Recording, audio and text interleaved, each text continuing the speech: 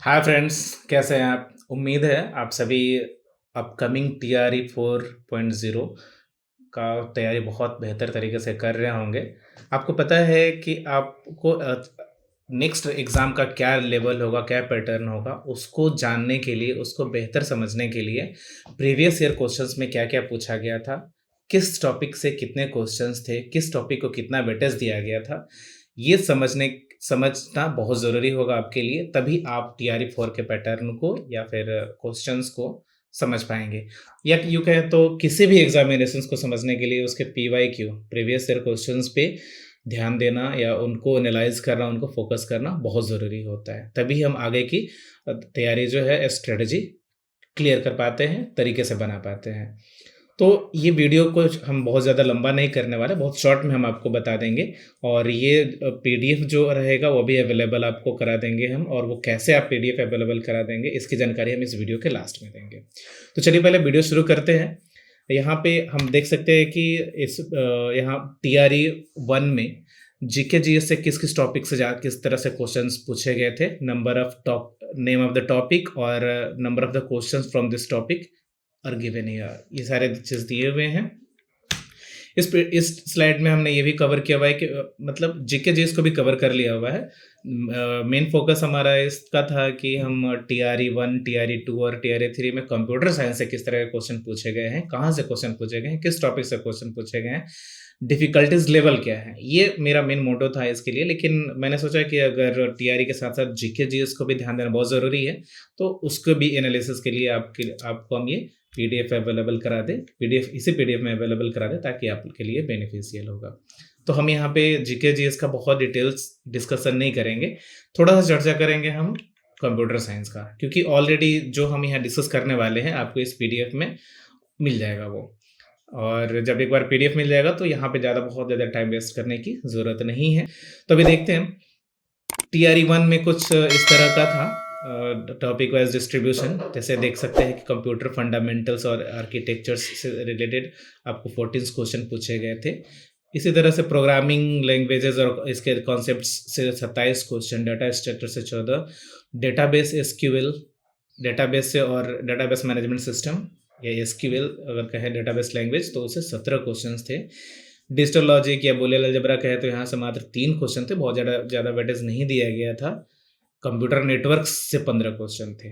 TRE 1 का ये कहानी था। टीआरई 2 में ये जनरल स्टडीज़ है। टीआरई 2 में देखते हैं क्या है, कंप्यूटर साइंस। टीआरई 2 में कंप्यूटर साइंस का कुछ ये स्थिति था।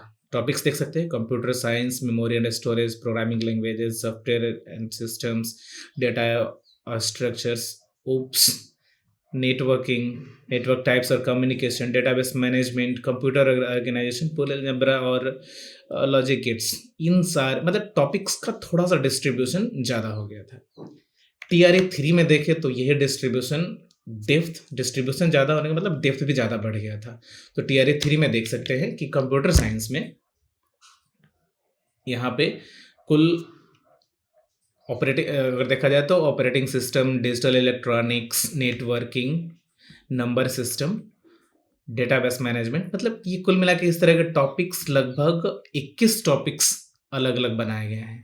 और हर जो सबसे ज़्यादा वेटेज दिया गया है वो यहाँ पे ऑपरेटिंग सिस्टम को और उसके बाद डिजिटल इलेक्ट्रॉनिक्स को दिया गया है। आप ध्यान देंगे, इसको अगर नोटिस करेंगे तो पता चलेगा आपको digital electronics, data structure, algorithm, इन सारी चीज़ों को अगर देखा जाए तो बूलियन अलजेब्रा में सबसे ज़्यादा फोकस किया गया था, बूलियन अलजेब्रा पे। इसके बाद अगर नेटवर्किंग में भी था तो बहुत डेप्थ लेवल पे क्वेश्चन पूछा गया था। उसमें जैसे एल्गोरिदम कैसे परफॉर्म करता है, किस प्रोटोकॉल का क्या काम होता है। ब्लूटूथ से संबंधित क्वेश्चन तो ऐसा था जैसे कि 5.0 ब्लूटूथ 5.0 का क्या रेंज होता है। अब इस तरह का डेप्थ लेवल था तो यू कैन एक्सपेक्ट कि नेक्स्ट जो टीआरई 4.0 होगा उसमें लेवल क्या हो सकता है। तो हम लोग उस लेवल को ध्यान में रखते हुए प्रिपरेशन करेंगे और टॉपिक वाइज नोट्स और वीडियोस भी अवेलेबल हो जाएंगे। हाँ, मैंने बताया था, आपसे प्रॉमिस किया था कि लास्ट में, वीडियो के लास्ट में मैं ये बता दूंगा कि आप कहाँ से इसको ये कर सकते हैं। तो ये जो हम टॉपिक वाइज वेटेज है इसको एक बार देख लेते हैं, फिर बता देते हैं उसको। वेटेज देख लीजिए। प्रोग्रामिंग और ऊप्स, इससे 20% टोटल, मतलब अगर हम एनालाइज कर रहे हैं 80 प्लस 80 प्लस 80, मतलब अगर 3 बार इसको जोड़े तीनों में, तीनों साल का मतलब तीनों पेपर का, तो ये हो जाएगा 240। ये हम टोटल 240 क्वेश्चन का एनालिसिस कर रहे हैं। 50 क्वेश्चन जो सबसे ज़्यादा है प्रोग्रामिंग और ऊप्स क्वेश्चन पूछा गया है। 35 क्वेश्चन नेटवर्क और कम्युनिकेशन से। इसी पर वेटेज देख रहे हैं, सबसे ज़्यादा 20% प्रोग्रामिंग और ऊप्स का था। 14% अब तक जो है क्वेश्चंस नेटवर्क और कम्युनिकेशन से पूछे गए हैं। इसी तरह से वेटेज दिए गए हैं टॉपिक वाइज। आप इसको ध्यान में रखते हुए अपना प्रिपरेशन आगे कंटिन्यू कर सकते हैं। तो अब देखते हैं कि आपको ये पीडीएफ आप कैसे ले सकते हैं, या फिर जो हम डिटेल प्रिपरेशन करवाएंगे वो कहाँ से कर सकते हैं। तो हमारा एक ऐप है इजी माइंड्स, इसको आप प्ले स्टोर से भी सर्च डाउनलोड कर सकते हैं। इजी माइंड्स में स्पेस नहीं होगा, वहाँ पे सर्च करके डाउनलोड कर सकते हैं। दूसरा तरीका है, आप मेरा व्हाट्सएप नंबर जो यहाँ पे स्क्रीन पे आपको विजिबल है, वहाँ पर हाई मैसेज करेंगे तो आपको ऐप डाउनलोड करने का लिंक अवेलेबल हो जाएगा। आप चाहे तो इस क्यूआर कोड को भी स्कैन करके कर सकते हैं डाउनलोड ऐप। क्यूआर कोड को आपके हम सामने कर दे रहे हैं। तो ये आज के लिए बस इतना ही था। आप यहाँ से ऐप डाउनलोड कर सकते हैं।